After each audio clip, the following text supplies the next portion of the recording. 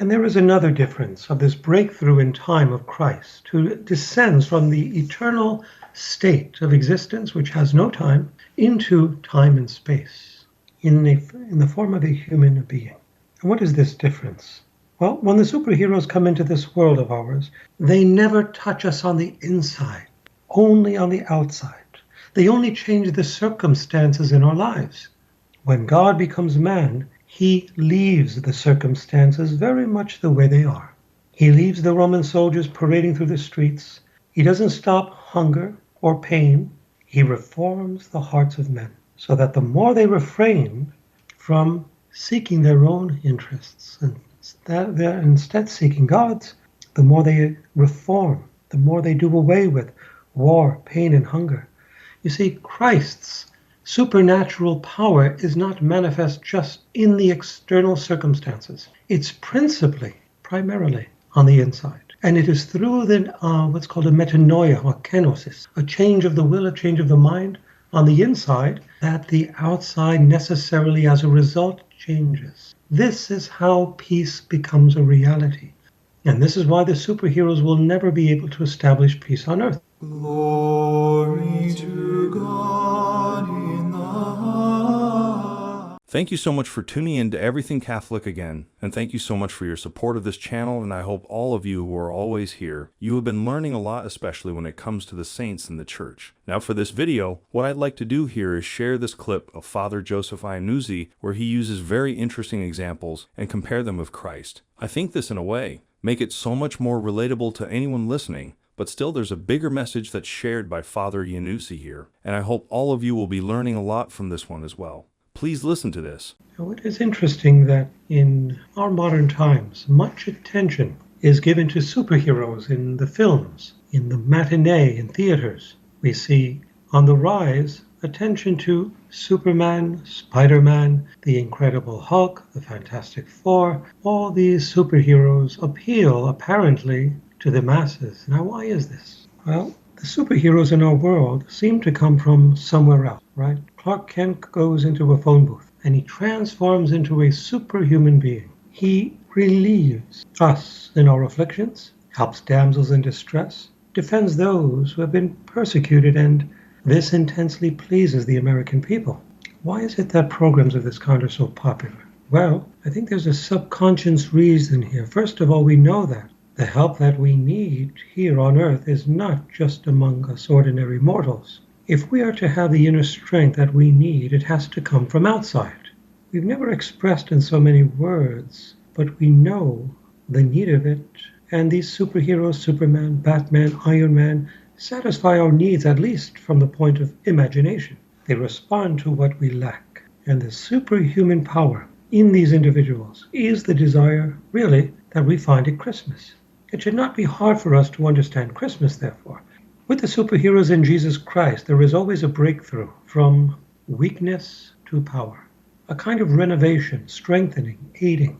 Instead of someone going into a phone booth and transforming, like Superman, into supernatural strength, God breaks through time, so much so that from that time of the Incarnation to today, God has left us with a power called the Eucharist that is greater in strength than all the superhumans combined.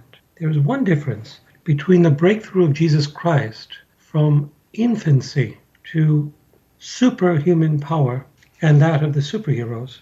And that difference is, first, Christ comes into the world in weakness. Now, these superhuman beings are weak in their characters before they transform.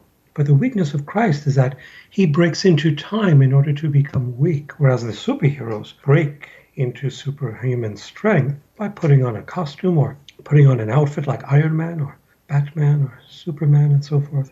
At Christmas, it's a breakthrough in time from God, who was all-powerful, to becoming a little babe whose hands were so tiny they could not reach the head of the kettle, whose breath was keeping him warm. So Christmas is a breakthrough from power to weakness before the utter humiliation of the cross, the defeat of death through the resurrection, and the manifestation of eternal supernatural power. In the nativity scene that many people put out, and there we see the little babe, vulnerable, exposed to the elements, not even able to keep himself warm. So God is here becoming weak, even rejected by mankind, whom he has come to summon to himself in order to strengthen them, but mankind refuses this divine strength. So here Jesus, God, becomes weak, even rejected, whose tiny little hands not even reach the animals in the barn. And what a difference between superheroes today and God. Humility to humble man's pride is the example Jesus gives us on Christmas Day.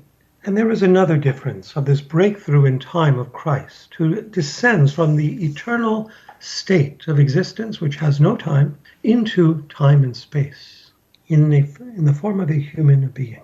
And what is this difference? Well, when the superheroes come into this world of ours, they never touch us on the inside, only on the outside. They only change the circumstances in our lives. When God becomes man, he leaves the circumstances very much the way they are. He leaves the Roman soldiers parading through the streets. He doesn't stop hunger or pain. He reforms the hearts of men so that the more they refrain from seeking their own interests and they're instead seeking God's, the more they reform, the more they do away with war, pain, and hunger.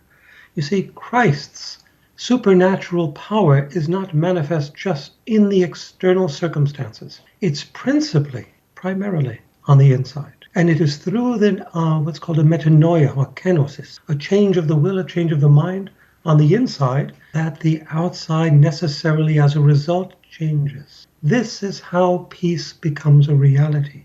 And this is why the superheroes will never be able to establish peace on earth, because they begin by changing things on the outside. And these things will never change permanently unless a change happens on the inside. It may be likened to a plague. You remember the Black Death, right? This pestilence that rocked all of Europe. Almost 50% of the population died. 1/3 of Europe died from the Black Plague. There would be some cured, others not. And it was not until the people began to pray to God and to Saint Michael, who appeared above Castel Gandolfo at the Vatican. You could see it actually. There's what's called a Muro Vaticano, a Vatican wall that leads from St. Peter's Basilica. It wraps around the Vatican museums, and then it goes to Castel Gandolfo. And above this place where the Pope would take refuge in times of war, St. Michael appeared, sheathing his sword from its scabbard. And in that moment, the Black Plague came to an end. It stopped. Nobody knew the cause, but everybody knew what caused it to stop, and that was St. Michael. But it did not stop until the people got on their knees and prayed to God for strength. Unless there's a change on the inside, the external circumstances will not change. Natural disasters are the consequence of man's rebellion to God. The more sin increases, the more natural disasters increase. It is as if nature were, with a voice, crying out to us to turn back to the Messiah, to Christ, to Emmanuel, because what does it mean? God is with us. And without God, there is no strength, no salvation, no help. He doesn't change us from the outside, but from the within.